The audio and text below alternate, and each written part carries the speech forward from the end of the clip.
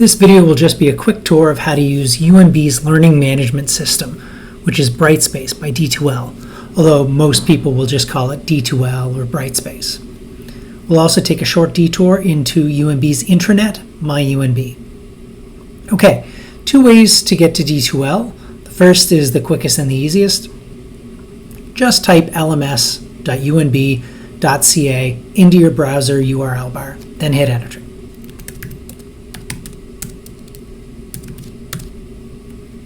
This should take you to a login page where you just enter your credentials and hit enter. Mine already shows that I'm logged in, but you should see a standard login page. So the second way is to go through UNB's intranet. And to do that, you type in my.unb.ca into the URL bar and hit enter.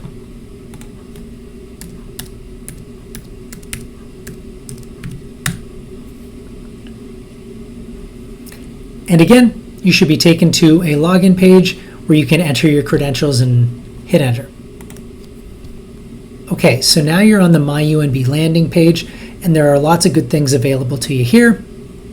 As students, you should scroll down and click the Services and Information for Students button, and you'll see lots of helpful things.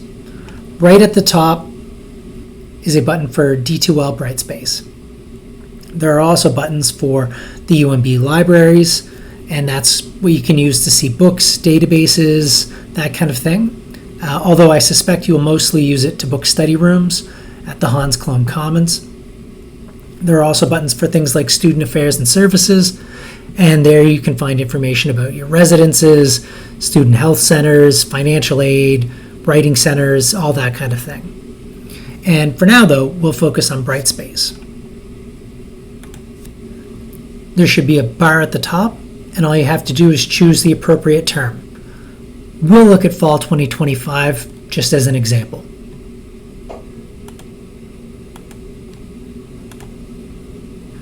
Once you've done that, just click the course you're interested in, and we'll look at Chemistry 1046.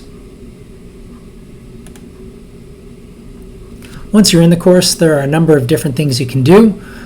The top has a toolbar with most of the options. As students, you're mostly going to care about things like content and assessments. Some of the other courses you have might use some of the other tabs, but these are the main ones.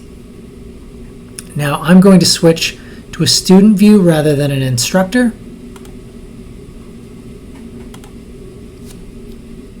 So that this looks more like something that you might see.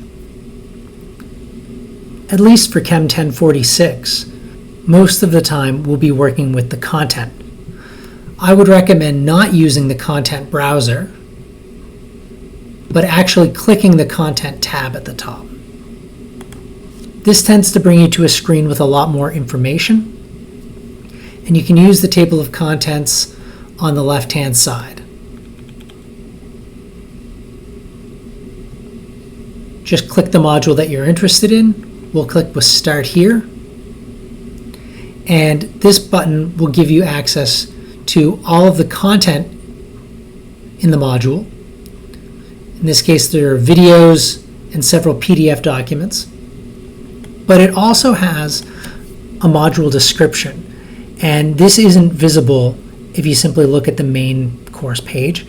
It's only visible when you click the Content tab.